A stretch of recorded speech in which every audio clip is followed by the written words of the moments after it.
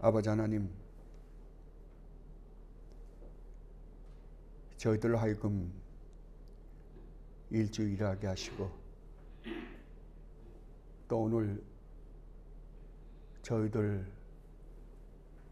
하늘 아버지의 존전에 저희들을 불러주셔서 하나님의 하나님 되심과 하나님의 그 아름다움과 영광을 마음껏 찬양하게 하시고 또 목사님의 입을 통하여 아버지께서 저희들에게 베푸신 그 은혜와 사랑이 우리 주님 안에서 저희들에게 허락하신 그 궁극적인 소망과 희망이 얼마나 놀라운지를 저희들로 하여금 다시 한번 깨닫게 해주시니 진심으로 감사드립니다. 아버지, 이 시간 또 저희들에게 귀한 시간 허락해 주셔서 아버지께서 저희들의 믿음의 선배들을 통하여 저희들에게 물려주신 이 귀한 웨스트민스터 신앙 고백을 저희들로 하여금 공부케 하시니 진심으로 감사드립니다. 아버지, 이 공부가 헛되지 않게 해 주시옵소서. 이 공부를 하는 것으로 만족하지 말게 해 주셨고 과연 성경이 무엇인지 성경이 우리에게 가르쳐주고자 하는 참된 가르침이 무엇인지 그것이 얼마나 놀라운 축복인지 그것으로 말미암아 아버지께서 저희들에게 주시겠다라고 약속하신 하늘의 축복이 얼마나 놀라운지 그것이 정말 가상적인지 아니면은 현실적인지를 저희들 하여금 깊이 묵상하고 깨달아 알게 해주셔서 정말 이 세상에 우리가 살아가는 데 있어서 무엇이 참되고 복되고 귀한 삶인지를 깨달아 아버지께서 원하시는 삶을 살다가 아버지께서 저희들에게 주시겠다고 약속하신 그 하늘나라의 축복을 영원히 맛보고 누리며 즐기며 사는 저희들 되게 하여 주시옵소서. 이 공부에 참여하고 정말 이 아버지의 놀라운 말씀을 듣는 저희들 한 사람도 나고자 되는 사람 없도록 성령 하나님 인도하여 주시옵소서. 말씀을 전하는 저나 말씀을 듣는 모든 사람들 함께하여 주셔서 정말 이 말씀이 가슴판에 새겨져서 남은 여생 이 말씀 가운데서 살다가 아버지의 축복 가운데 아버지 앞에 갈 수 있는 놀라운 역사가 일어나게 하여 주시옵소서. 감사하며 우리 주님 예수 그리스도 이름으로 기도드리옵나이다. 아멘. 저희들에게 여러분들에게 나눠주신 그 프린트물이요. 프린트물 9페이지 펼쳐보십시오.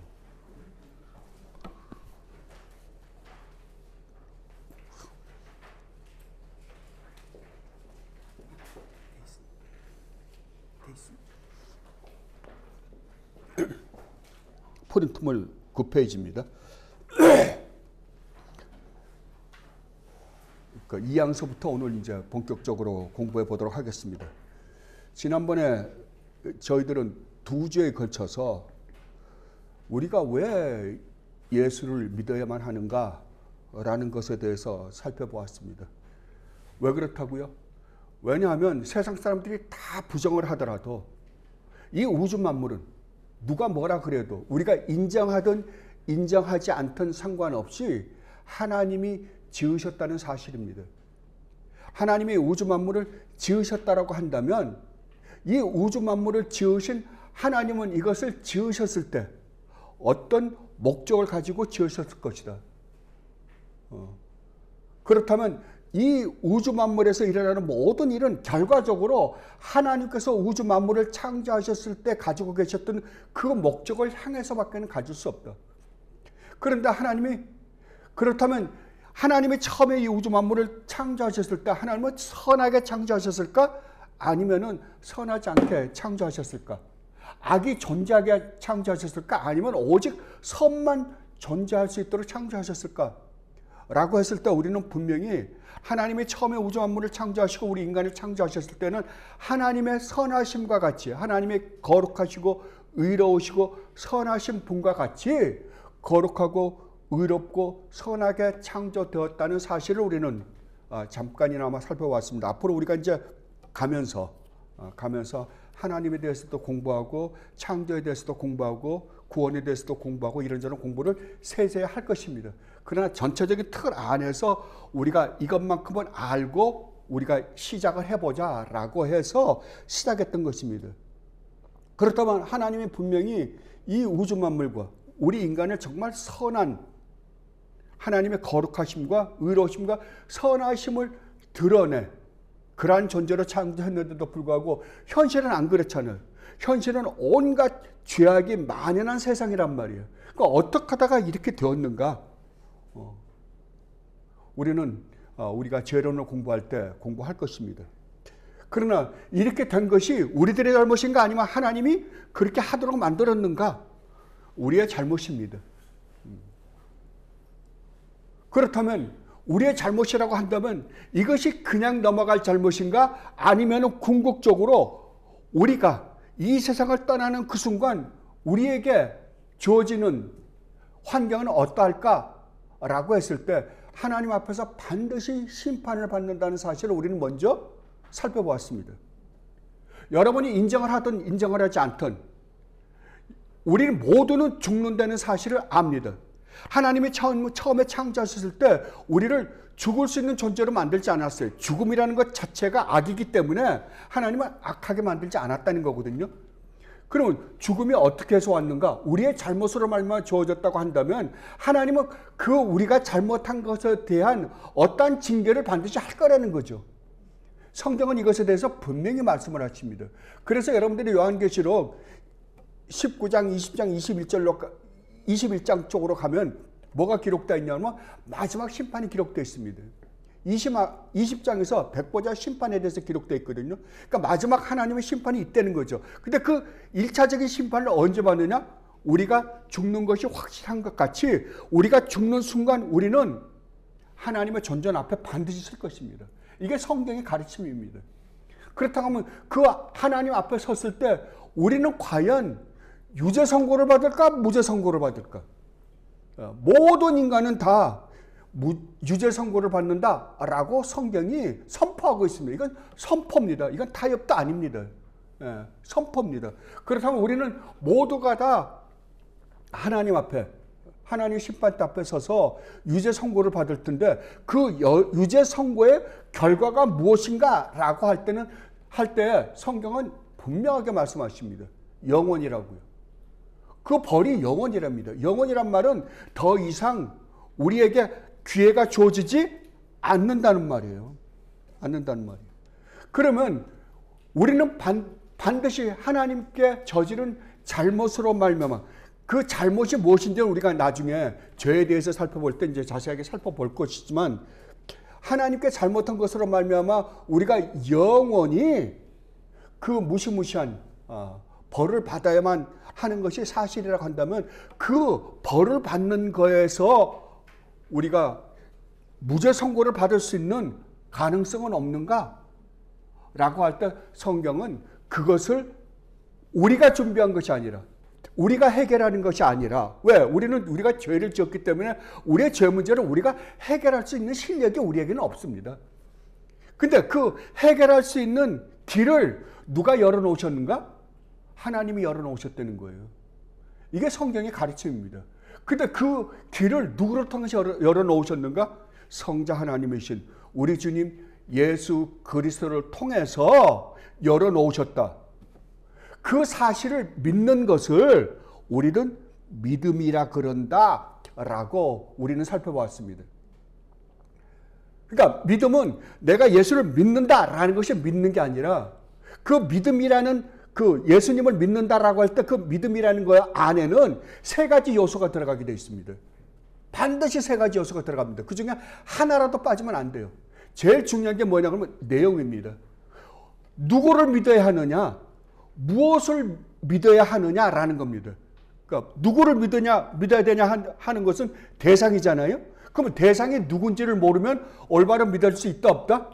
없다고요. 말은 예수라고 하는데 그 예수님에 대한 하나님에 대한 그 definition 그 내용이 하나님에 대한 내용이 정확하지가 않다고 한다면 우리는 말은 하나님이라 그러는데 구약에서 그러거든요. 구약에서 하나님을 믿는다 그래요. 하나님을 믿는데 뭘 만들었냐면 금송아지를 만들어 놓고 우상을 만들어 놓고 이가 우리를 애굽에서 구원해낸 하나님이다라고 한 것을 우상을 섬긴다라고 그럽니다. 분명히 뭐라고 이야기했어요? 하나님을 믿는다 그래요. 근데 뭘 만들어 놓고요? 금송아지를 만들어 놓고요. 그러면 하나님을 믿는다라고 한다면 하나님이 어떤 분인가에 대해서 정확하게 올바로 정의를 내려서 믿지 않는다고 한다면 우리는 올바른 하나님을 믿을 수가 없죠. 이 세상에는 수많은 사람이 신이라는 어떤 존재를 믿는다라고 합니다. 근데 그 신을 가만히 들여다보면 자기 나름대로 만들어 놓은 신이에요. 나한테 도움을 줄 수 있는 신들을 자기 나름대로 만들어 놓고 그 신을 믿는다라고 빌고 있는 거죠. 뭐 정화소를 떠놓고 비들든지 아니면 무슨 제사상을 차려놓고 빌든지 간에 상관없이요. 그러면 제일 중요한 거는 누구를 믿느냐예요. 그러면 누구를 믿느냐라고 할 때 그 내가 믿는 하나님에 대한 정확한 정의가 내려있지 않다고 한다면 어떻게 한다? 절대로 믿을 수 없다는 거죠. 그러니까 하나님에 대한 정의를 하나님의 어떤 분인가에 대해서 우리는 어디서 알 수 있는가? 그 정보를 정확하게 알아야 될 거 아니에요. 그 정보는 유일무이하게 두 가지가 있는데 하나는 자연을 통해서 하나님이 창조하신 자연을 통해서 알 수 있어요. 근데 이 자연을 통해서 아는 건 어떻다? 한계가 있다는 거죠. 한계가. 그러면 그 다음에 하나님에 대해서 세부적으로 하나님은 이러이러한 분이시다라고 가르쳐준 데가 어디 있느냐? 유일무이하게 전 세계 이 세상에 수억만 개 우리가 상상할 수 없는 수많은 책이 있을 때 유일하게 어디에 있다고요? 여기에만 성경에만 기록되어 있다. 그렇다고 한다면 우리는 성경에서 소개하고 있는 하나님에 대해서 올바로 알지 못한다면 올바른 하나님을 믿을 수 있다 없다? 없다고요. 그래서 우리가 성경을 반드시 공부해야 됩니다. 우리가 그래서 웨스트민스터 신앙 고백을 공부하는 거거든요. 왜? 웨스트민스터 신앙 고백은 우리가 믿어야 하는 내용들을 간략하게 우리는 이걸 다 읽어보면 우리는 정확하게 하나님이 누구신가? 그러면 정확하게 정리를 할 수 없는데 이거를 자세하게 정리해 주신 분들이 있어요. 그분이 누구들인가? 웨스트민스터 신앙 고백을 만드신 분들이에요. 그래서 그분들을 통해서 우리에게 도움을 주는 거잖아요. 그분들을 통해서 하나님이 성경에 기록되어 있는 하나님이 이러이러한 분이구나. 나는 이분을 믿는다 라고 고백하고 또 하나는 뭐예요? 내용이에요. 무엇을 믿느냐예요. 무엇을 믿어요? 하나님이 우리 성경에서 말하고 있는 그 하나님이 우리에게 약속한 약속을 믿는 거예요. 그렇다면 우리가 하나님이 약속한 걸 모르면 우리는 올바른 하나님을 믿을 수 있다 없다? 없다고요.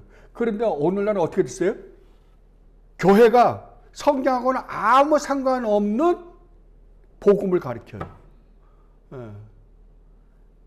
이걸 가르쳐줘야 되는데 이걸 가르쳐줘보는 교회가 하나도 없어요. 18세기, 19세기 때까지만 해도 웨스트민스터 신앙 고백이 교회에서 특히 우리 장로교에서는 가르쳤었습니다. 근데 20세기 들어와서는 전혀 이게 없어져 사당되어 버리고 말이에요. 한국 교회에서 웨스트민스터 신앙 고백이나 하이델베르그 신앙 고백이나 요리문답 같은 걸 가르치는 교회가 이제 눈을 씻고 여러분들이 교회 수십 년 다니셨잖아요. 수십 년 다녔는데 여러분 하이델베르그 신앙 고백 공부해 보신 분들, 웨스트민스터 신앙 고백 공부해 보신 분들 거의 없습니다. 이제 사당돼 버렸어요. 그럼 뭐가 없어져 버렸다는 거예요? 우리가 믿는 내용이 믹스가 돼 버린 거예요. 그죠? 서로가 섞여 버렸어요. 뭐 때문에요? 종교 다원주의. 아니면 기독교는 하나다라는 하나의 테두리 안에 집어넣고 우리가 서로를 이해하며 살아가자라는 것 때문에요. 이게 완전히 그렇다면 여러분이 하나님을 믿는데 예수를 믿어야 구원을 받는데 예수에 대해서도 올바로 알지 못하고 하나님의 약속에 대해서 올바로 알지 못한다고 한다면 여러분들 예수를 믿는 거다 안 믿는 거다? 여러분들이 아무리 교회를 다니고 여러분들이 아무리 예수를 믿는다라고 고백해도 여러분이 믿는 예수는 성경이 말하는 예수는 아닌 거죠. 성경이 있는 예수는 아닌 거예요. 그러니까 우리가 이 신앙 고백을 처음부터 올바로 공부해 놓지 않고 있다고 한다면 우리는 교회 나와서 돈 뺏기고 어떻게 연보는 하잖아요. 그래도 교회 오면 연보는 해야 되는데 남한테 나와서 그냥 빈손으로 나오면 좀 창피하기도 하고 그러니까 저기 어디 뭐 함 같은 거 하나 만들어놨는데 그래도 이렇게 넣는 척이라도 하자. 비록 거기서 빼갈지는 모르지만 또 왜 구멍을 조그맣게 한 줄 아십니까? 손 집어넣지 말라고요. 빼갈까봐. 그러니까 그거라도 하면 뭔가 하는 것 같거든요. 교회 와서 아무것도 몰라요.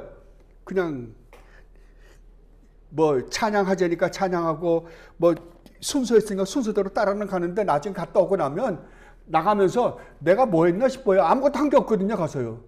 그냥 시간만 때우다가 나왔지. 그러니까 하나의 종교인으로서 안 가면 찜찜하니까 나왔다 가긴 가는데 아무것도 모르는 거예요. 그거 100년 믿으면 뭐합니까? 괜히 시간이나 뺏기고 가서 주일날 가서 골프 치면 18을 재밌게 친구들하고 잘 칠 텐데 이것도 아니고 저것도 아니고 돈 뺏기고 시간 뺏기고 결국 어디 간다? 지옥 가는 건 똑같고 이게 안 된다는 거죠. 그래서 종교 개혁을 일으켰던 우리 믿음의 선배들이 이건 아니다 라고 해서 종교 개혁을 일으켰거든요.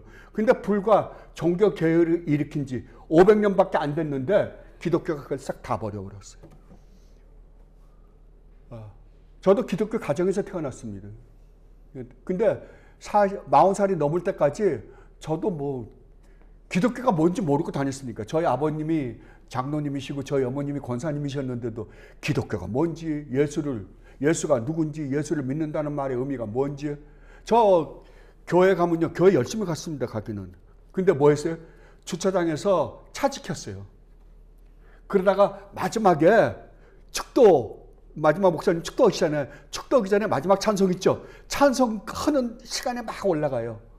왜 그러면 축복은 받고 싶으니까.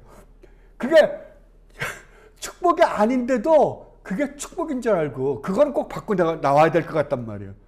그래서 교회는 들어와서 하나님 앞에 신고는 하고 가야죠. 그래도 이런 말도 안 되는 짓들을 기독 장로 아들이요 권사 아들이요 기독교 가정에서 태어난 자들이 그 짓을 하고 교회를 다녔으니 한번 생각을 해보십시오. 교회가 지금 어느 방향으로 가고 있는지 정말 심각합니다.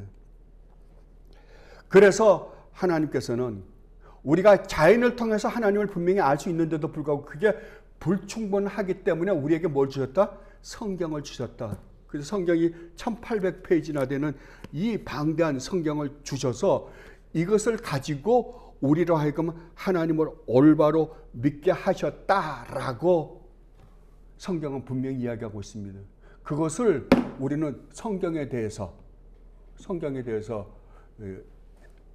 공부할 때, 1항을 공부할 때 우리는 이것에 대해서 살펴보았습니다. 오늘 이제 2항서부터 이제 제가 좀 빨리 갈게요. 왜냐하면 진짜 알아야 되는 부분을 제가 좀 더 포커스를 맞춰서 하고요. 애지간하게 넘어가야 될 거는 그냥 넘어가도록 하겠습니다. 2항 읽어보도록 하겠습니다. 다 한 목소리로 읽어보십시다요.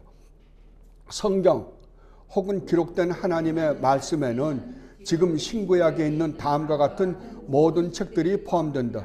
구약, 창세기, 출애굽기, 레위기, 민수기, 신명기, 여호수아, 사사기, 룻기, 사무엘상, 사무엘하, 열왕기상, 열왕기하, 역대상, 역대하, 에스라, 느헤미야, 에스더, 욥기, 시편, 잠언, 전도서, 아가, 이사야, 예레미야, 예레미야가, 에스겔, 다니엘, 호세야, 요엘, 아모스, 오바댜, 요냐, 미가, 나훔, 하박국, 스바냐, 학개, 스가랴, 말레기. 또 신약입니다.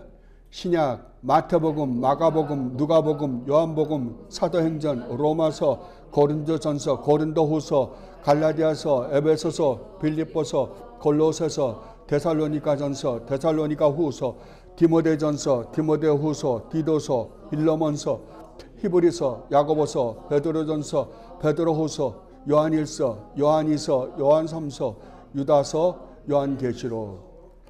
제가 목사고시를 볼 때 이거 쓰라 그러더라고요. 그래서 제가 이걸 왜 써야 되지? 하고 저 외워본 적 없거든요. 그래서 기억을 더듬어서 하나씩 쓰긴 썼어요.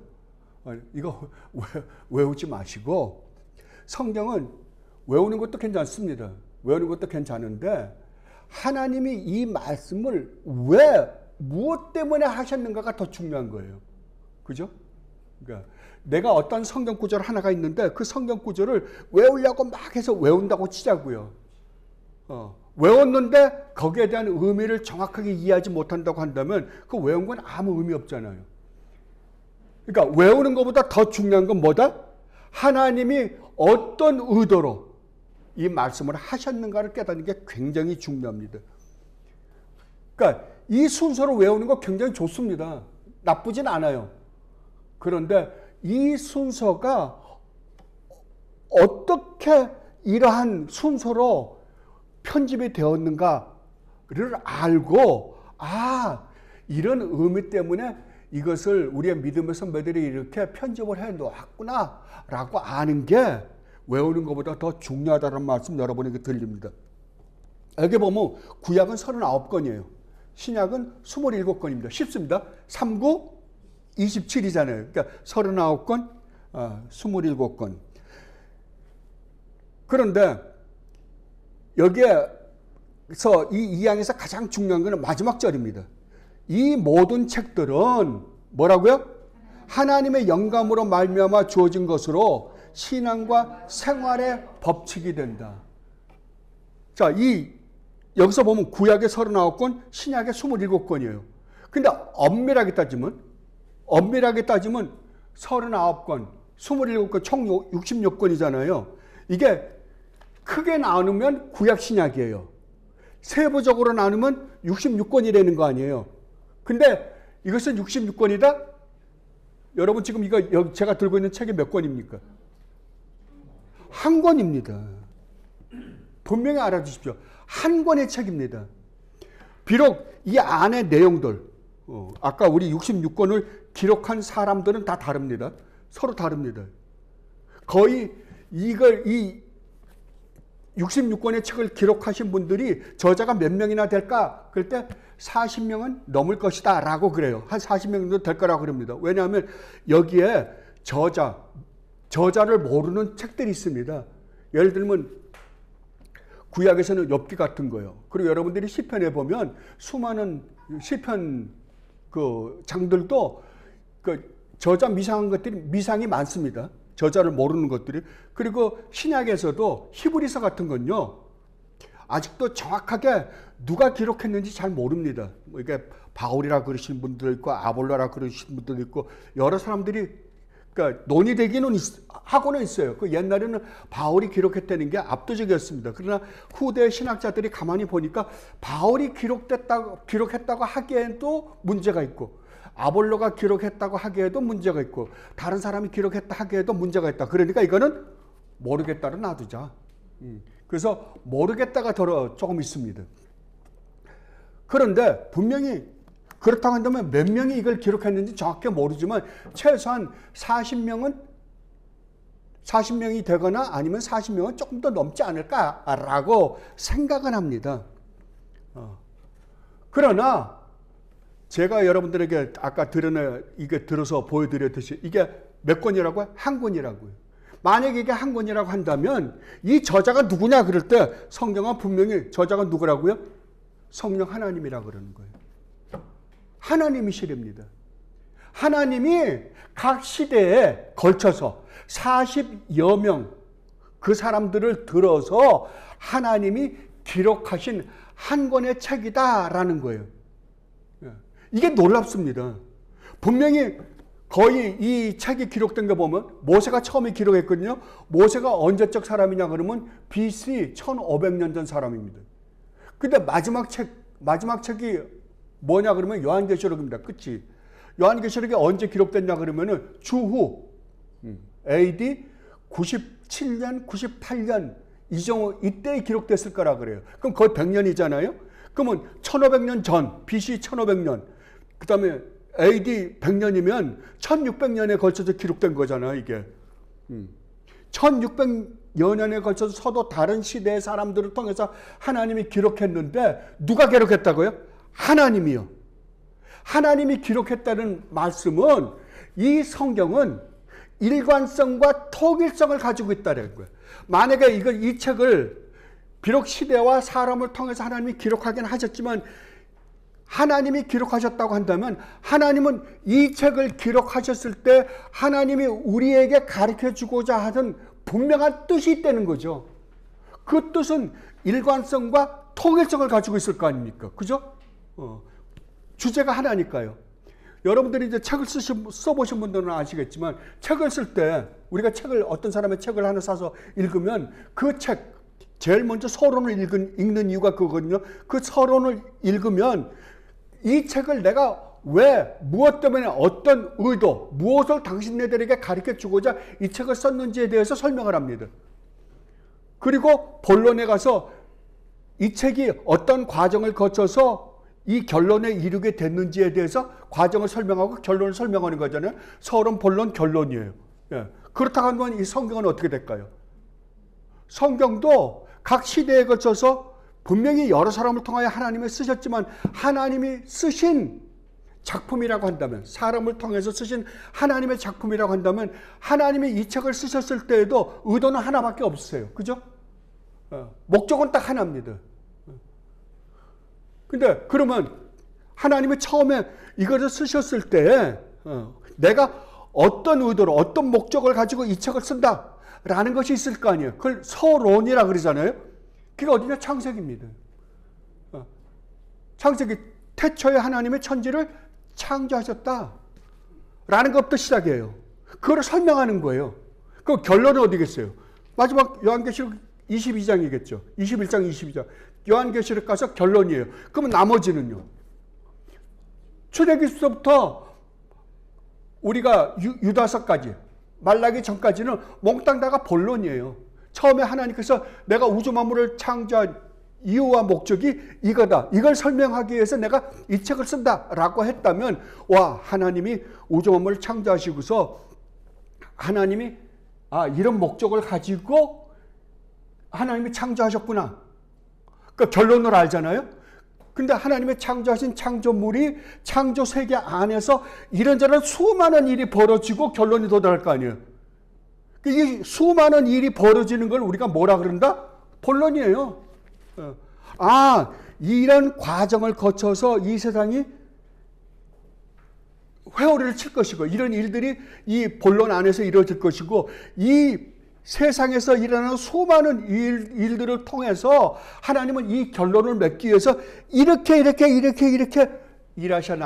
일해 나가시는구나 라는 걸 아는 게 뭐라고요? 이거라고요. 오늘 목사님 설교하실 때도 그거잖아요. 그러니까 성경은 일관성과 통일성을 가지고 이것을 볼 수 있다는 거죠. 그래서 그 일관성과 통일성을 보는 눈을 우리는 무엇으로 가질 수 있느냐라고 할 때 제가 지난번에 4가지로 설명을 했습니다.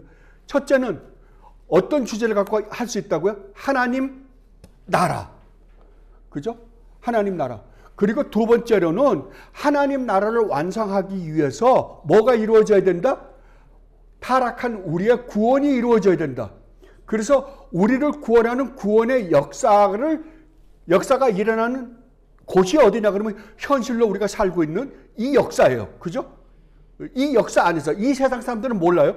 이 세상 사람은 살다가 그냥 이렇게 살다가 죽는 줄만 알지만 이 세상에서 일어나는 이 역사 안에서 어떤 일이 일어나고 있냐 그러면 뒤에서는 하나님이 뭘 일으킨다고요? 하나님 나라에서 함께 살 하나님 백성들을 구원하는 구원 역사가 어디에서 일어나요? 여기서 일어나고 있는 거예요. 근데 누굴 통해서요? 예수 그리스도를 통해서. 왜? 하나님의 약속 때문에.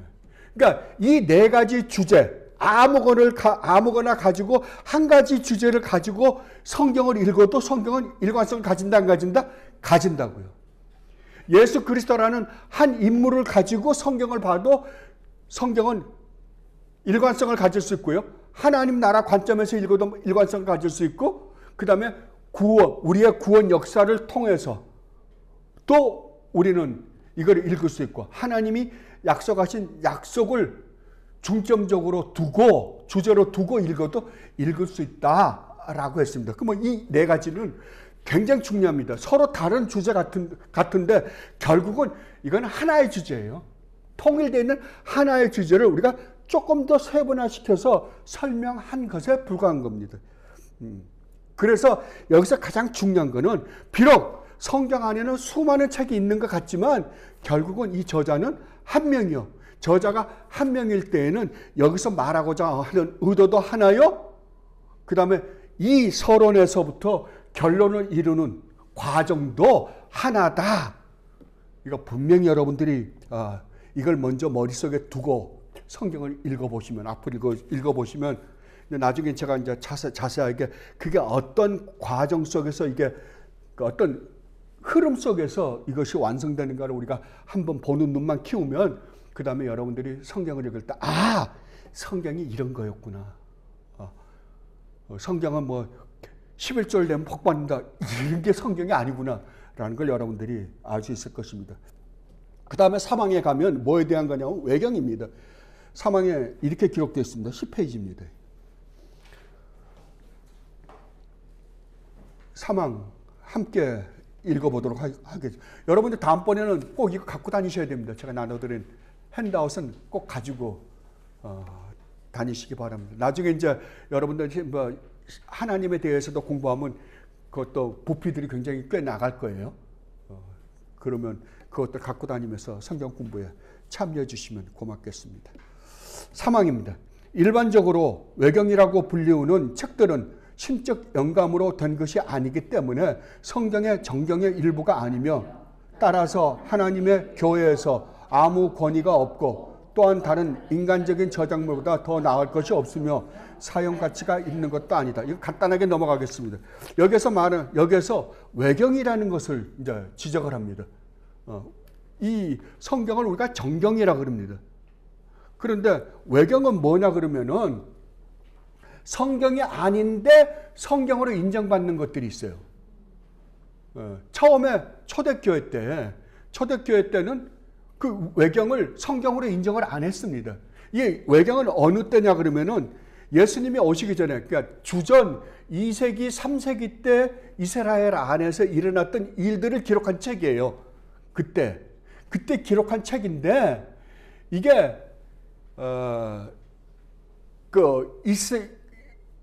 이스라엘 사람들이, 그러니까 구약 성경은 누구를 통해서 하나님이 보존시켰냐 그러면 유대인들을 통해서 보존을 시켰거든요. 유대인을 통해서 보존을 시켰는데, 유대인들이, 그러니까 옛날에는 그 구약 성경은 이스라엘 말로, 그걸 우리가 히브리어라 그럽니다. 유대인들 말로 기록됐거든요. 히브리 말로 기록됐는데, 그러니까 그리스가 전 세계를 장악을 하면서 어떤 현상이 일어났냐 그러면, 오늘날은 전 세계 언어를 거의, 영어를 모르면 다른 나라 다닐 수가 없잖아요. 영어가 거의 통일되어 있잖아요. 그와 마찬가지로 그리스어가 그 중동 지방의 거의 다를 잠식을 해버렸어요. 그래서 거의다가 그리스어를 썼습니다. 그렇기 때문에 그 제자들이 신약 성경을 기록할 때도 뭘로 기록했냐 그러면 그리스어로 기록한 거예요. 왜냐면 그들이 이제 그 그리스어가 익숙하니까요. 그런데 그 구약 성경을 히브리어에서 그 그리스 말로 번역을 해서 옮길 때, 그때 뭐가 거기에 첨부되어 있었냐 그러면은 주전 2세기, 3세기 때 있었던 그 내용을 적은 책들이 있었거든요. 그걸 외경이라 그래요. 그게 붙어 있었어요. 그걸 붙어 있었는데, 붙어 있었다 하더라도 유대인들은 그거를 정경으로 쳐본 적이 한 번도 없습니다. 한 번도 없고 초대교회에서도 그걸 정경으로 인정하지도 않았고요. 그런데 이걸 정경으로 인정하지 않았는데 언제 이게 문제가 생겼냐 그러면, 캐톨릭이 나중에 성경을 가지고 교리를 만들어야 되는데, 자기가 만든 교리, 이제 교회가 거대지다 보니까 이런저런 여러 가지 법칙들이 생길 거 아닙니까? 자기네가 지금 주장하고 있는 어떤 그 법적 트래디션을 정당화시키게 하려니까 정당화시킬 방법이 없잖아요. 그럼 어디서 찾아야 돼요? 어떻게 해서든지 옛 자료를 통해서 찾아야 될 거 아닙니까? 그거를 맞춰서 짜집게 하려고 하다 보니까 그 전까지만 해도 이 외경이라고 하는 것, 거기에 덧붙여 있었던 것들이 정경에 올라있지 않았던 건데 그거를 근거로 해서 정경화를 시켜버린 거예요. 자기네가 주장하고 있는 것의 타당성을 그 책을 통해서 정당함을 인정받으려고 그걸 껴넣어버린 거예요. 캐톨릭이요. 그런데 종교개혁자들이, 그러니까 유대인들은 지금도 그 외경은 정경으로 치지 않습니다. 구약성경은. 유대인들은 지금도 구약성경을 갖고 있잖아요. 근데 정경으로 치지 않습니다. 그런데 캐톨릭을 정경으로 인정했거든요. 그런데 종교개혁자들이 보니까 이건 아니란 말이에요. 왜? 정경에, 아까 제가 말씀드린 성경은 뭐라고요? 그 네 가지 주제를 가지고 통일성과 일관성이 있어야 된다 그랬잖아요. 그 네 가지 주제에 통일성과 일관성을 갖고 있지 못한 책이에요, 다. 그러니까 유대인들은 인정을 안 한 책인데 이 사람들이 껴넣었단 말이에요. 그러니까 종교개혁자들이 가만히 보니까 안 되겠단 말입니다.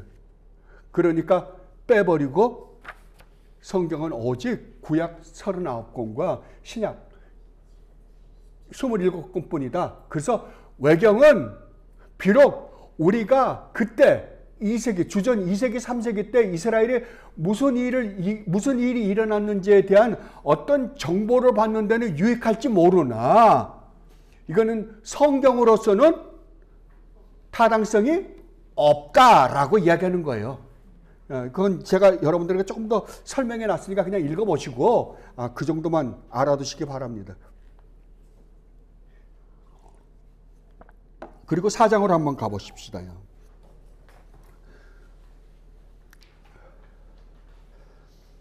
사항 1장 4항 함께 읽어보도록 하겠습니다. 성경에는 권위가 있다. 그 권위 때문에 우리는 성경을 믿고 순종해야 하는 것이다. 성경의 권위는 어떤 사람이나 교회의 증거에 의해 좌우되는 것이 아니고 그것의 저자이시요 진리 자체이신 하나님께 전적으로 달려있기 때문이다. 그러므로 우리가 성경의 권위를 받아들여야 하는 것은 그것이 하나님의 말씀이기 때문이다. 아멘. 이거 굉장히 중요합니다. 이건 성경의 권위에 대한 이야기거든요. 처음에 뭐라 그래요? 성경에는 권위가 있다. 그 권위 때문에 우리가 성경을 믿고 순종해야 하는 것이다. 성경은 절대적인 권위가 있답니다. 근데 이 절대적인 권위는 어디서부터 오는가? 라고 할 때 어디서부터 온다고요?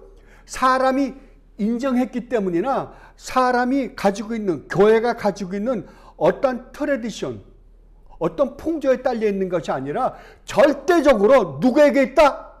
하나님에게 있다. 예. 왜 이게 권위가 있냐 그러면은 이게 누구의 말씀이기 때문에? 하나님의 말씀이기 때문에. 아까 우리가 살펴봤잖아요. 40여 명의 기자가 기록한 거였어요. 분명히 사람이 기록했어요. 사람이 기록했는데도 불구하고 이것을 그 사람들로 하여금 기록하게 하시는 마음과 그들이 기록하면 어떻게 기록할 것이다 라는 것까지 확실히 알고 기록하게 하신 분이 누구다? 성령 하나님이라는 거예요. 하나님. 하나님의 기록이기 때문에 이거는 절대적인 권위를 가지고 있다. 그렇다면 이 안에는 이게 진짜 하나님의 말씀이라 그러면은 이 세상에 절대적인 권위를 가지고 있는 유일무이한 책은 뭐예요? 이거밖에 없습니다. 유일하게 성경만이 이 세상의 모든 도덕과 윤리뿐만이 아니라 이 세상에서 일어나는 모든 일의 심판자는 누구예요? 성경입니다. 성경이에요. 절대적인 권위를 갖고 있다고 한다면 우리는 이것을 읽으면, 성경을 읽으면서 우리가 모르는 부분도 많아요. 이해가 안 되는 부분도 많고요. 그러나 이해가 되든 안 되든 상관없이 우리는 이 성경에다가 뭘 둬야 된다? 우리 생각을 가지고 성경을 판단하는 게 아니라 우리의 판단, 모든 이성적 판단은 누구 아래 돌아? 성경에다가 돌아요. 우리 지금 웨스트민스터 신앙 고백을 공부하고 있습니다. 우리 믿음의 선배들이 아주 우리에게 잘 요약해준 교리라고 우리는 믿습니다. 그러나 만에 하나라도 이 웨스트민스터 신앙 고백에 기록되어 있는 것이 성경과 일치하지 않는다고 한다면 우리는 뭘 버려라? 웨스트민스터 신앙 고백을 버리라고요. 왜? 성경이 절대적인 권위를 갖고 있기 때문입니다. 이거 여러분도 분명히 하셔야 됩니다. 그렇다고 한다면 이 성경이 절대적인 하나님 말씀이요, 하나님 말씀이 절대적인 권위를 갖고 있다고 한다면 이건 오류가 있을까요? 오류가 있으면 안 되죠. 그죠? 오류가 있다고 한다면 이건 이미 하나님 말씀이 아닌 거죠. 그죠? 예. 그렇다면 여러분들이 읽을 때, 이 성경을 읽을 때 성경을 읽으면서 이해가 되지 않은 부분이 있다 하더라도 우리는 어디에 복종해야 된다? 예, 하나님 말씀에 절대적으로 복종해야 된다 라고 지금 이야기하고 있는 거예요. 지금 웨스트민스터 신앙 고백이. 이게 먼저 되지 않으면 상당히 많은 문제가 생깁니다. 왜냐하면 우리가 성경을 해석하는 것에 따라서 성경이 변할 수 있거든요. 예를 들면 오늘날 수많은 교회에서 동성연애를 찬양을 합니다. 인정을 합니다. 그죠? 이번에 캐톨릭도 뭐 인정하는 데 쉽더라고요. 그리고 여자 목사를 세웁니다. 자, 성경은 뭐라 그랬게요? 왜 여자를 세우고 동성연애자들을 인정합니까? 왜냐하면 현재 세대가 남녀평등이라 그래가지고 동성연애를 받아들이고, 왜냐 하나의 인권이라는 거죠. 그 사람들도 하나의 인격체이기 때문에 우리가 그 사람들을 받아들여야 된다라고 이야기를 합니다. 나중에 재론에 가면 동성연애가 뭘 의미하는지 제가 정확하게 동성연애자들을 우리가 어떻게 대해야 할지 제가 자세하게 말씀드릴 거예요. 그리고 여자 목사를 세우는 건 오늘날 세상이 남녀 평등이라 그럽니다. 남자와 여자는 동등한 인격체이다. 맞습니다. 근데 여기서 여러분들이 분명히 알아야 될 건 남자와 여자는 하나님이 창조하셨기 때문에, 하나님의 형상으로 창조했기 때문에 동등한 인격을 가지고 있는 인격체예요. 동등합니다. 우열이 절대 있을 수가 없습니다. 그러나 기능적으로는 다릅니다. 남자는 남자로서 하나님께서 만드셨을 때 남자로서의 기능이 있고요. 여자는 여자로서의 기능이 있습니다. 남자와 여자는 완전히 달라요. 그죠? 그러니까 페미니즘을 주장하시는 분들처럼 한다고 한다면 군대도 같이 가야 되고 뭐 일할 때 똑같아야 되는데 힘든 일을 할 때는 아유 저건 남자가 해야지, 힘든 일은 그래요. 왜냐하면 벌써 기능적으로는 다르다는 거예요. 하나님이 기능적으로 다르게 창조하셨습니다. 남자가 여자가 같습니까? 안 같아요. 제가 분명히 말씀드립니다. 인격적으로는 동등합니다. 하나님의 형상대로 창조된 한 인간, 이성을 가진 인격적인 존재로서는 똑같습니다. 그러나 기능은 다릅니다. 구약의 왕이요, 남자를 세웠습니다. 제사장이요, 남자를 세웠습니다. 선지자요, 남자를 세웠습니다. 왜? 기름 부은 제사장은 남자를 세웠거든요. 왜냐하면 기능을 그 사람에게 뒀기 때문입니다. 그죠? 그런데 기능까지도 같다라고 주장하는 거예요. 그래서 여자 목사를 세웠습니다. 성경은 뭐라고 이야기하는데요? 성경은 교회에서 여자가 설교하는 것을 용납하지 않았다라고 이야기합니다. 하나님이. 분명히 잘라 말해. 사도 바울이 여러 번 이야기합니다. 교회에서 여자가 이야기하는 것을 하나님이 허락지 않았다. 이건 명령이다라고까지 이야기합니다. 그럼에도 불구하고 여자 목사들을 세웁니다. 그러면 여러분 한번 생각해보세요. 누구에게 권위가 있습니까? 하나님 말씀은 분명히 하지 말라 그랬어요. 그런 권한을 준 적이 없다 그랬습니다. 그런데 아니 오늘날 세상이 어떻게 변했는데 하나님 말씀을 가지고 그렇게 직선적으로 단호하게 이야기할 수 있느냐? 그럴 수 없다. 세상의 풍조에 따라서 이건 변할 수 있다라고 한다고 한다면 여기 권위가 있을까요? 없습니다. 더 이상 없습니다. 근데 오늘날 그런 현상들이 비일비재하게 일어나고 있습니다. 구약에 분명히 하나님께서 우리 주님이 직접 말씀하셨거든요. 구약에 기록되어 있는 모든 것이 누구에 관해서 기록되었는가? 구약뿐만이 아니라 신약의 모든 것들이 누구를 중심으로 해서 누구를 주제로 해서 지어졌는가 쓰여졌는가라고 할 때 예수 그리스도라고 주님이 직접 말씀하십니다. 그럼 우리가 구약을 읽을 때에도 누구를 봐야 돼요? 구약을 읽을 오늘 우리 목사님 지금 호세아서를 오늘부터 시작했지만 호세아서를 보면 호세아서에서 누굴 발견해야 되는 거예요? 왜? 오실 메시아 예수 그리스도가 발견돼야 될 거 아니에요. 그게 발견됩니까? 예. 우리 인간으로서 구원받아서 얼마나 우리 인간이 하나님 앞에 저지른 죄가 무서우면 우리 영원히 멸망받을 수밖에 없는 자들이다. 하나님의 공의와 하나님의 사랑은 절대 공존할 수 없는 것이다. 우리가 죄를 지었으면 죄에 합당한 벌을 받아야만 된다. 그러면 하나님의 사랑은 어떻게 되느냐? 분명히 우리가 죄를 지었는데 어떻게 우리가 하나님의 사랑으로 구원을 받을 수 있단 말이냐? 이런 질문에 대한 대답들이거든요. 그게 다. 어떻게 할 수 있다고요? 오직 우리 주님 예수 그리스도의 십자가를 통하지 않고는 안 된다라는 거거든요. 그걸 가르쳐 주려고 지금 호세아, 구약에서 호세아를 기록하고 있거든요. 그러면 호세아를 읽을 때 누구에게 소망이 있다? 예! 우리 주님 예수 그리스도에게 소망이 있음을 우리는 거기를 통해서 배우는 거예요. 그럼 구약에 기록되어 있는 게 모든 게 다 예수 그리스도를 중심적으로 해석해야 되는데도 불구하고 그게 아니다. 거기에서 하나님은 우리에게 가르쳐주는 것은 도덕과 윤리적인 관점밖에 없다라고 해석한다면 그게 옳은 해석이야? 잘못된 해석이에요.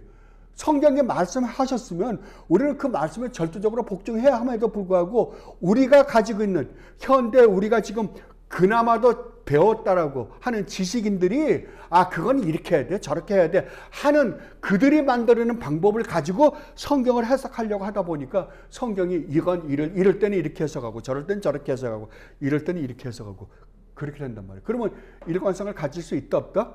절대 없다고요. 절대 없다고요. 그래서 외경도 성경으로 인정을 할 수 없는 게 왜 외경이 성경으로 인정이 안 되냐? 그 일관성과 통일성에서 합당하지 않기 때문이에요.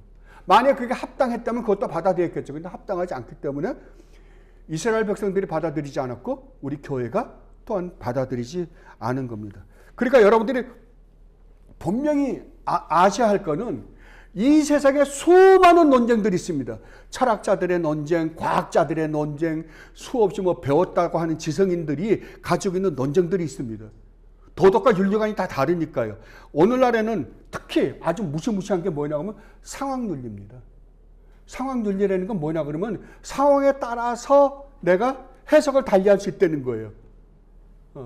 예를 들면 낙태를 하면 안 된다. 낙태 문제를 한번 생각을 해보자고. 낙태를 하면 안 돼요. 근데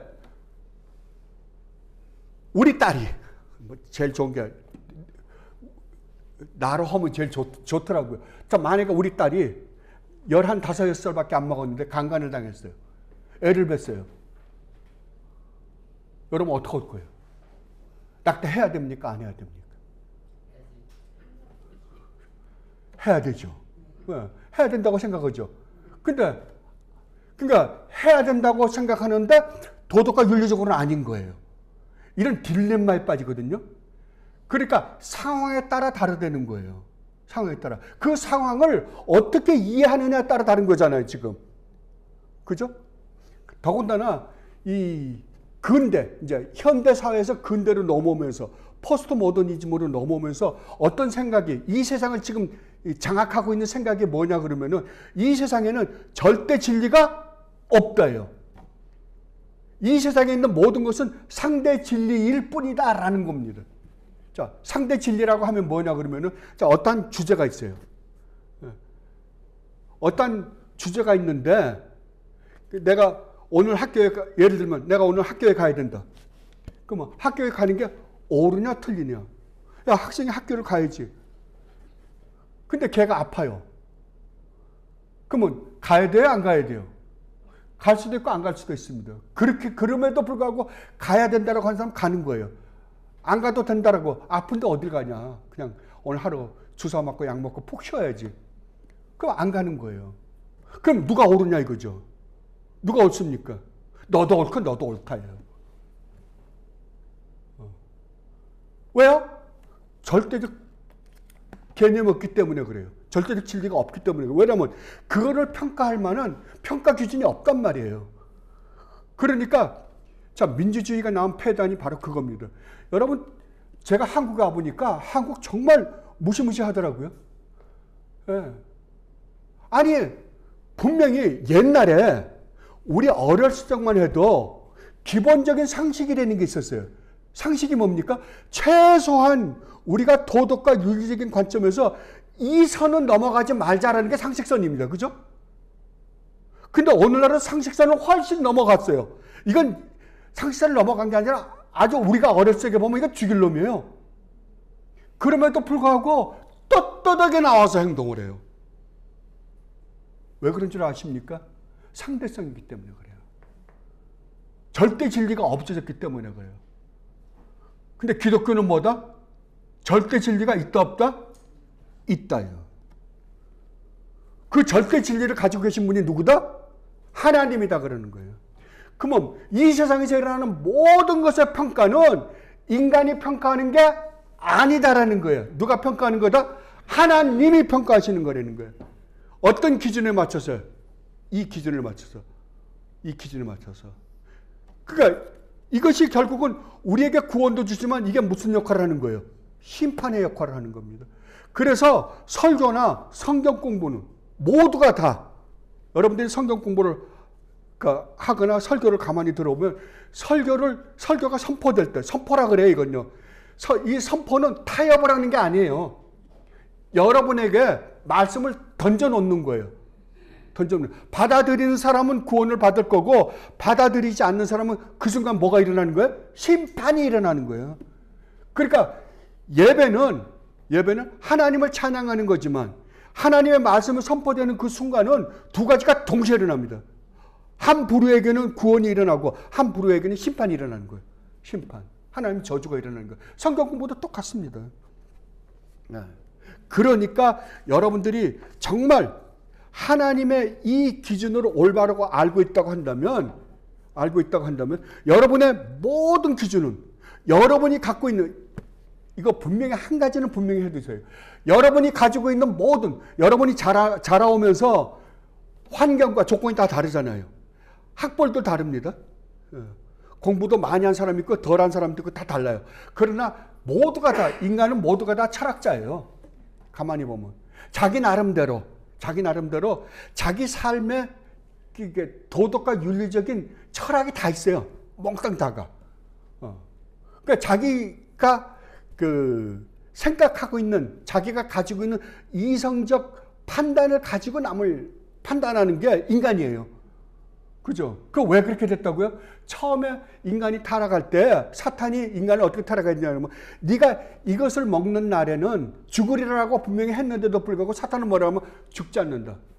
네가 하나님처럼 될까 봐 하나님이 먹지 말라 그랬다 그래요. 그럼 그걸 먹고 난 다음에 어떻게 됐어요? 그게 뭘 먹지 말라 그랬어요? 선과 악을 알게 하는 나무의 열매를 먹지 말라. 선과 악은 절대적인 선과 악의 기준이 누구에게 있다고요? 하나님에게 있는데도 불구하고 선과 악을 알게 하는 나무의 열매를 먹는 순간 선과 악의 기준이 누구에게로 넘어오는 거예요? 우리에게로 넘어오는 거예요. 그래서 여러분들 가만히 보면요. 뭔가 부부싸움 할 때도 마찬가지예요. 기준이 자기에게 있기 때문에 자기만 옳다 그러는 거예요. 그렇게 싸우는 거죠. 그게 절대적인 기준이 있으면 싸움이 된다 안 된다? 그래서 기독교는 독선입니다. 독선이에요. 왜 골수예요 이거요? 이거 뭐 옳다 그러는 거 아니잖아요. 세상에 어느 종교가 자기만 옳다 그러는 종교가 어디 있어요? 그러니까 다른 종교가 다 대접받는 게 왜 그러냐 그러면은 다른 종교는 그래 너도 옳다 그래 너도 옳다 그래 서로 좋은 게 좋은 거 아니야? 이거거든요. 기독교는 아니에요. 이게 옳다 그러는데 예수 외에는 구원을 얻을 이름을 이름이 이 세상에 없다고요. 석가를 통해서도 구원 못 받고요. 마음에서 통해서 구원 못 받고요. 공자를 통해서도 구원 못 받고요. 철학자들을 통해서도 구원 못 받는다고 성경은 단호해버립니다. 오직 구원을 얻을 수 있는 유일무이한 길은 우리 주님 예수 그리스도 뿐이다라고 이야기해요. 그러니까 사람들이 뭐라 그럴 거예요? 야, 너 그렇게 편협하냐? 그렇게 독선이냐? 예, 독선입니다. 기독교는 편협합니다. 왜요? 이 예수 그리스도만이 하나님이시기 때문에 그랬어요. 세상의 모든 종교의 창시자가 자기가 우주만물을 창조한 창조자라고 주장하는 사람은 한 명도 없습니다. 유일하게 누구예요? 우리 주님 예수 그리스도만 내가 나다. 내가 우주만물을 창조한 창조주다 그래버린 거예요. 여러분 이걸 믿는다 그러는 거잖아요. 그럼 여러분은 어떻게 돼야 된다?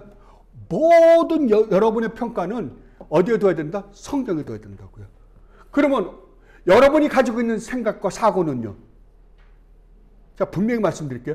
여러분이 이 세상에서 지금까지 살아오면서 여러분들의 축적되어 있는 여러분의 모든 이성적 사고는 다 뭐다? 쓰레기다요. 죄송합니다. 쓰레기입니다. 다 쓰레기예요. 여러분이 갖고 있는 모든 이성적 사고는 몽땅 다 하나도 쓸모없는 거예요. 하나도. 이게 인정이 안 되면 여러분은 기독교를 받아들일 수가 없습니다. 쓰레기입니다. 내가 지금까지 갖고 있던 모든 사고는 이게 다 쓰레기였구나. 그래서 어디에 복종하는 거예요? 예, 하나님 말씀에 복종하는 거예요. 근데 우리는 여전히 세상에서 갖고 있는 세상적 관점을 가지고 들어와서 기독교를 이해하려고 하다 보니까 기독교가 쓰레기 종교가 되어버리는 거예요. 아닙니다. 이게 우리 믿음의 선배들이 기독교가 이 성경만이 유일무이한 절대적 권위를 가지고 있는 거다라고 이야기하는 거예요. 절대적 권위를 가지고 있는 거예요.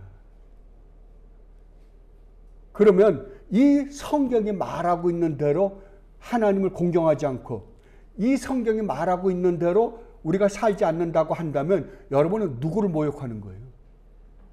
하나님을 모욕하고 멸시하고 무시하고 있는 겁니다. 그렇죠? 이거를 죄라 그러는 거예요. 하나님이 우주만물을 창조했다고 하면 하나님은 하나님이세요. 우리는 피조물이에요. 그죠? 그럼 하나님이 나를 창조했다면 나는 창조된 순간서부터 누구를 위해 창조됐어요? 하나님이 나를 위해 존재하시는 분입니까? 아니면 내가 하나님을 위해서 존재하는 존재입니까? 누가 주인이에요? 하나님이죠. 그럼에도 불구하고 오늘은 누가 하나님이 됐어요? 인간이 하나님이 되어버렸어요. 인간이 하나님이 되어버렸어요. 하나님도 누구를 위해서 존재하라? 나를 위해서 존재하라는 거예요. 나를 위해서. 내가 없다면 하나님은 무슨 소용이 있어 이거예요. 내가 있기 때문에 하나님도 있는 거지 내가 없는데 하나님 무슨 소용이야? 하나님 뭐라 그래요? 웃기는 소리 하지 말라는 거죠. 네 존재 자체가 누구를 위해서 내가 만들었다? 나를 위해서만. 여러분들이 이 전화기를 만들었다고 쳐요. 이 전화기 누구를 위해서 만들었어요? 여러분들이 그 전화기를 위해 존재합니까? 아니잖아요. 전화기가 우리 편리를 내 편리를 위해서 만들어진 거잖아요. 근데 오늘날 인간이 거꾸로라니까. 하나님이 나를 위해서 존재해야 된다라고 생각하는 거예요. 천만의 말씀입니다. 아닙니다. 이게 성경의 권위요? 하나님의 권위입니다. 그렇다면 하나님 되신 하나님의 권위를 만에 하나라도 내가 건드리고 있다고 한다면 우리는 무슨 죄를 짓고 있다? 예, 하나님의 권위에 도전하고 있는 거예요. 무시무시한 죄를 짓고 있는 겁니다. 하나님의 입장에서 가만 생각해 봐요.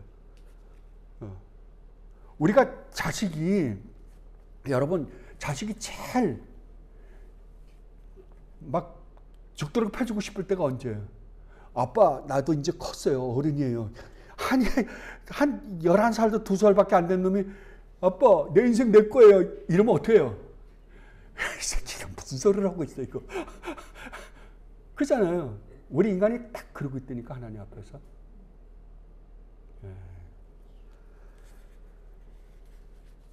그렇다면 여러분은 여러분의 모든 삶에 있어서 삶에 있어서 누구의 종속되어야 된다? 하나님의 말씀이에요. 이 말씀에 종속되어야 되는 게 우리의 본분입니다. 왜요? 하나님의 창조주시기 때문입니다. 제 5항을 한번 보십시다. 12페이지입니다.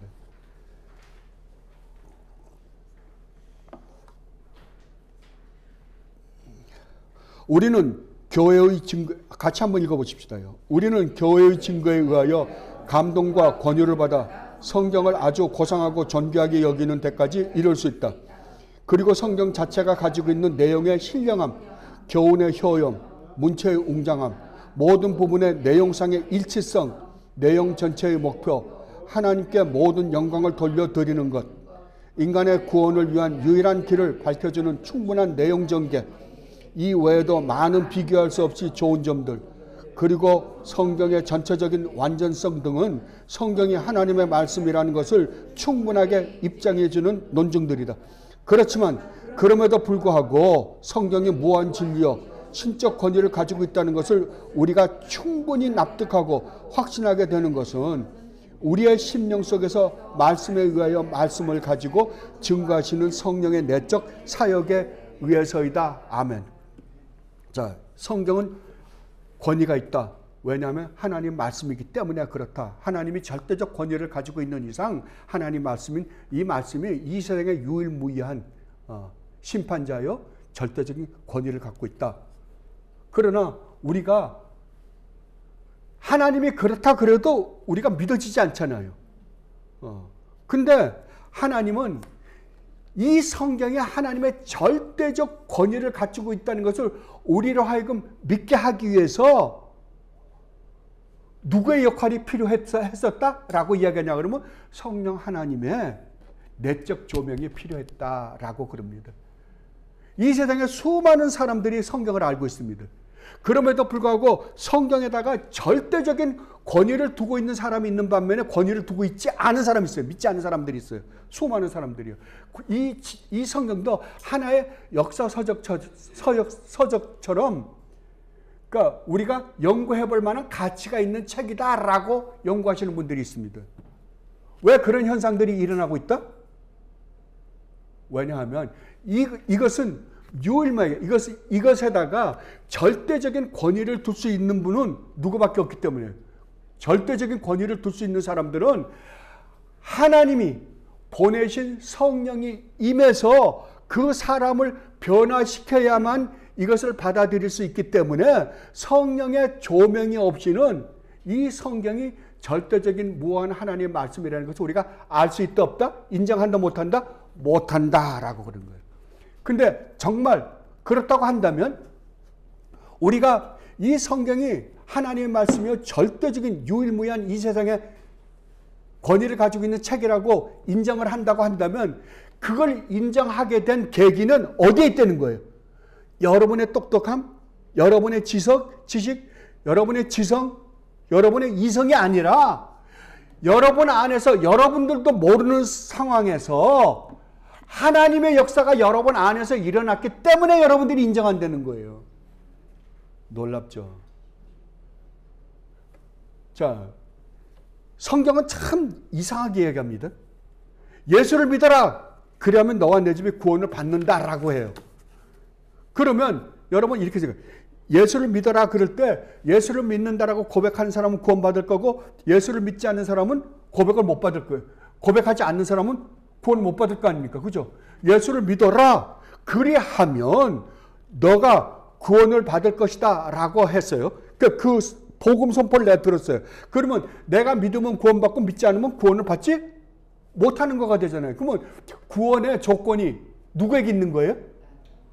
선포하는 말씀을 통해서 이제는 그 말씀을 들은 나에게 구원의 조건이 있다라고 그러잖아요. 그죠? 근데 진짜 예수를 딱 믿었어요, 이제. 아, 그래, 믿어야지. 그리고 딱 믿었어요.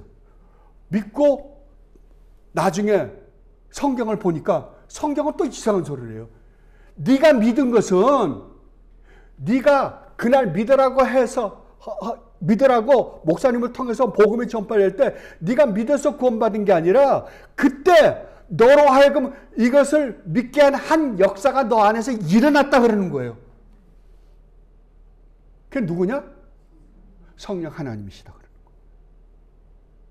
그러니까 밖에서 이야기하는 거 안에하고 달라요. 그러니까 우리가 복음을 전하러 나갈 때 우리는 어떻게 이야기하냐 그러면은, 야, 세상 사람들에게 복음을 전할 때 내가 너희들에게 복음을 전한다. 예수를 믿어라. 그리하면 구원을 얻지만 예수를 믿지 않는 사람은 저주를 받을 것이다. 하나님의 심판을 받아 영원한 형벌 속에 처하게 될 것이다. 그런데 너희가 믿을 수 있는 것은 성령이 임해야 돼 라고 이야기하지 않는다는 거예요. 무슨 이야기만 한다? 예수를 믿어라. 그러면 너의 구원을 받고 예수를 믿지 않으면 구원을 못 받는다 라고 끝내는 거예요. 복음은 여기까지. 그래서 복음을 선포한다 라고 그럽니다. 근데 나중에 진짜 예수를 믿고 죄를 회개하고 나중에 주님을 만나고 나니까 뭐라고 또 그러시냐 그러면은, 이제는 네가 믿은 것은 그때 네가 믿기로 결심했기 때문에 네가 믿게 된 게 아니라 너 안에서 그날 내가 너 안에서 역사해서 너를 변화시켜 너로 하여금 믿게 했기 때문에 네가 믿게 된 거야 임마. 이러고 설명한다는 거예요. 압니까? 그러니까 여러분이 이 성경이 하나님의 무호하신 말씀이라는 것을 여러분이 인정한 것이 여러분이 똑똑해서 잘나서 여러분들이 판단을 잘 했기 때문이 아니라 누구로 말미암은 역사다? 성령 하나님이 여러분 안에서, 여러분들이 느끼든지 느끼지 못했든지 상관없이 여러분 안에서 역사했기 때문에 그렇구나.